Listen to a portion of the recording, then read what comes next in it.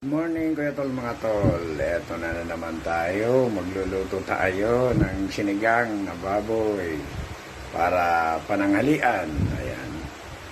At i-prepare natin mga lulutuin natin para mabilis magluto. Simpleng luto lang ng sinigang na baboy. At isabay na natin magluto ng kanin. Ayan. Ayan, prepare natin yung mga gulay na isasawag natin. Ayan. Okay. Ayan, pakulo tayo ng tubig. Ayan. Ayan, sasabayan natin mga gulay.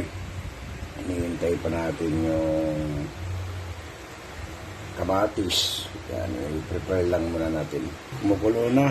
Ilagay natin yung baboy. Ayan, lagay natin yung baboy.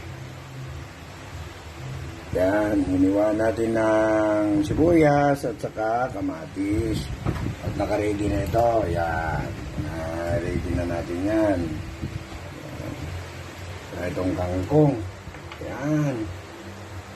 Yan. Lagay natin yung kamatis at sibuyas. Yan. Haluin natin para maano yung lasa niya. Ayan, takpan natin para maluto yung baboy. At hintayin natin na maluto. Okay, ito na, naka-ready na. Hintayin na lang natin maluto yung baboy bago natin isawaglat pa isa-isa ito para hindi ma-overcook. Ayan. Ayan, hintayin natin. Tapos, takpan muna natin. Ayan. Ayan. Malapit na to. Ano? Ayan. Luto na. Malapit na. Lagay na natin mga gulay. Ayan. Sitaw at saka okra. Ayan. Yun, no? Ayan.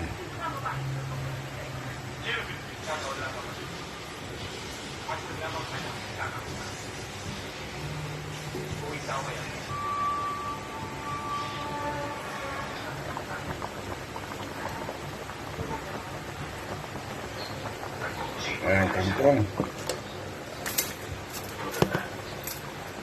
Ayos na, Kuya Tol mga tol. Ayan, luto na. Ready to eat na. Ayos, Kuya Tol mga tol. Nakatapos na naman tayo ng isang ulam na pananghalian ng pamilya natin. Ayos tol mga tol. God bless and good afternoon. Good morning sa lahat.